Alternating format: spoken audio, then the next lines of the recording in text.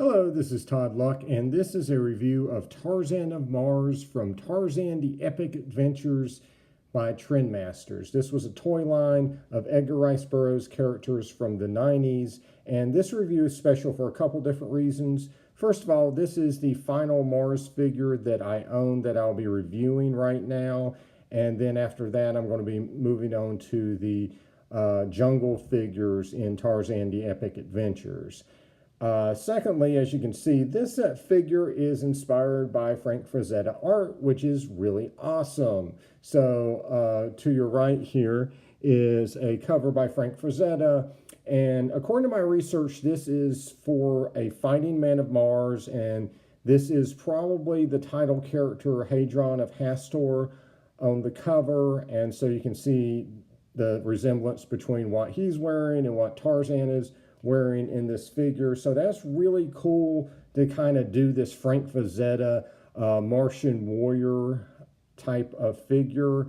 One note is that Martian Warriors, of course, are red skin. Red Martians have red skin. This is usually not portrayed on these covers for these novels. I think it was probably a little too much for the audience in the early 20th century to have a non-Caucasian hero on the cover, so that's why they're so pale, but in the novels it's actually red skin.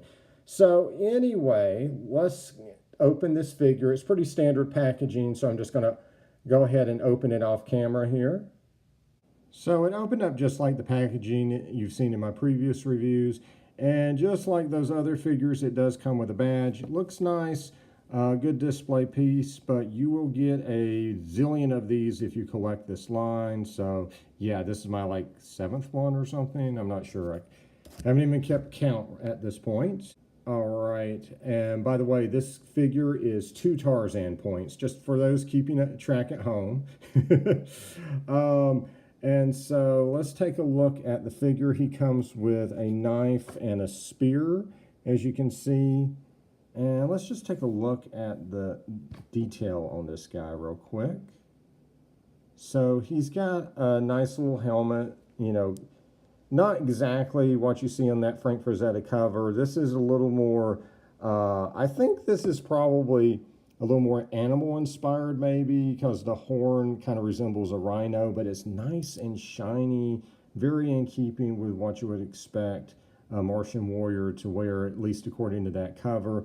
He's wearing a cape, very, very in keeping with what Martian Warriors will wear, except the difference here between what Hadron is wearing and Tarzan is that this looks like it's made out of white hair, which kind of implies he probably killed some white apes and made a cape out of it, which is kind of cool.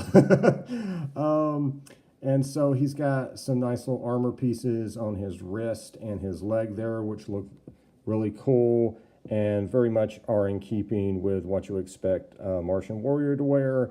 This loincloth, though, is really weird. I'm not sure why a loincloth would be shiny and metallic.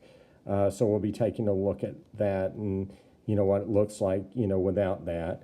And then here is, I'm not sure where these come from. I haven't read all the novels of Tarzan or Mars, so perhaps this is a reference to something. But it looks kind of out of place because it's not shiny like everything else. It just doesn't look like what I would associate with a Martian Warrior, but we'll be seeing what he looks like without that. So his accessories fit in his hand nicely, but you have to get them in specific hands. So one is made for the knife. It has a much tighter grip, and then one is for the spear. And the spear is nicely detailed, nicely painted.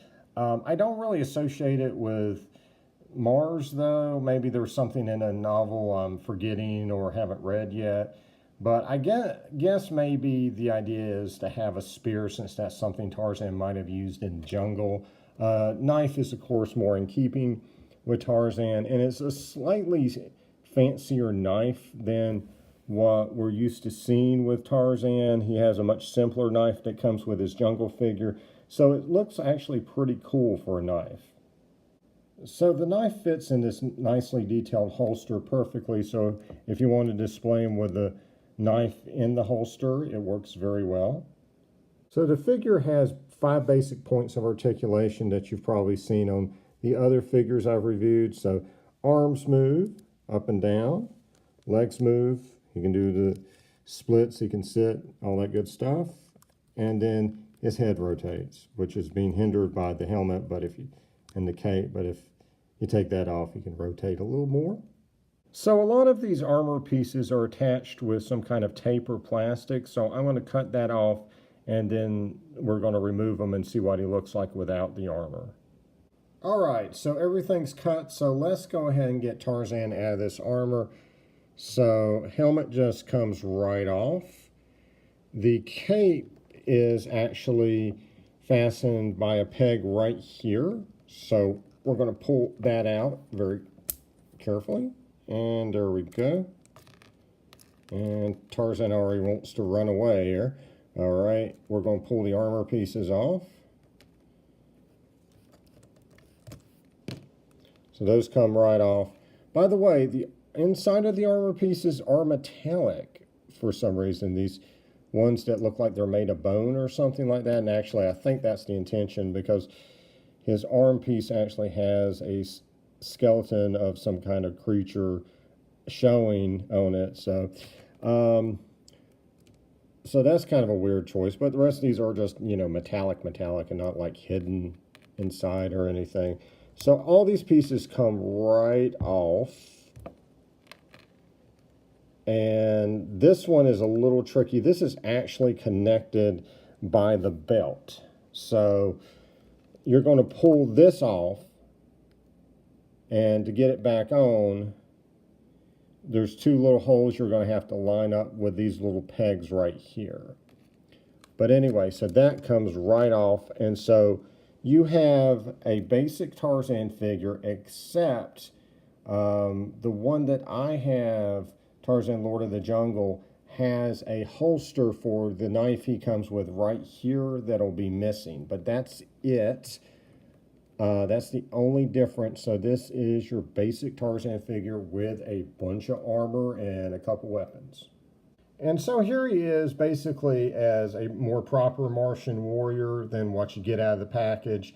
And I gotta say, he looks really cool. Now, the only thing I've added that didn't come with him is this sword from Tarkus, which is, you know, very in keeping with the Mars novels, because everyone carried swords. And so I think he looks really cool, and it's just very, very cool to get a Frank Frazetta style Martian Warrior.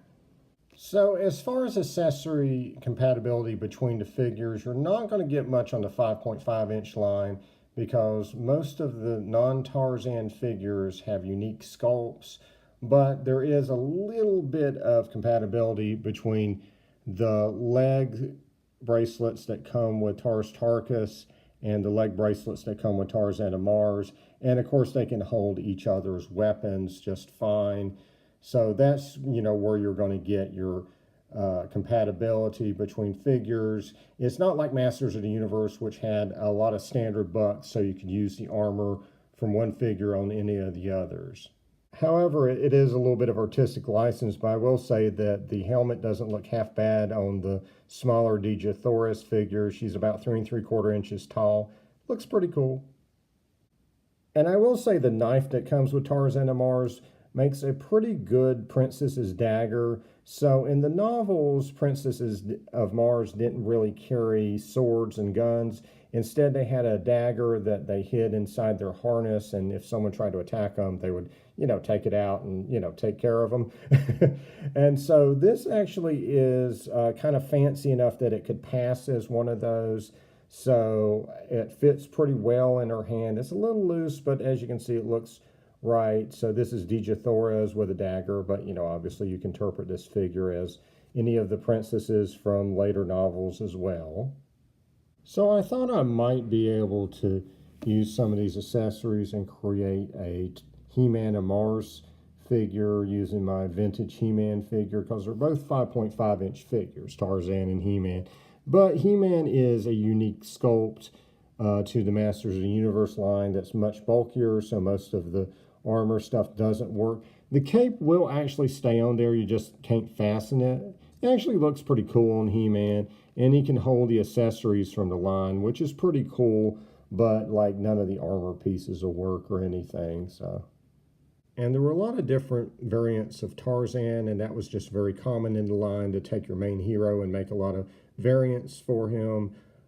They all have different sorts of armors, and you can mix and match between the Tarzan figures because they all have the same sculpt.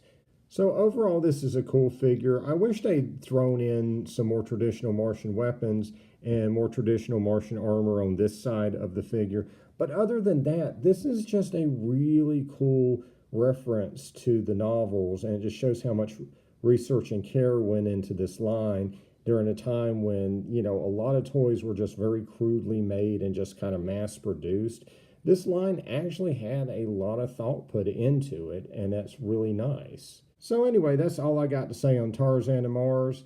So next up, we're going to be looking at the jungle figures, and we're going to have a talking Tarzan. So hopefully you'll be able to hear him yell if I can replace the batteries. We're going to take a look at a lion figure that they came out with armor, which is interesting. A bendable leopard man, which is going to be interesting in and of itself. And then a mini jungle playsets that they came out with. So all that's coming up in a series of reviews. So like and subscribe for more videos. And until next time, see ya.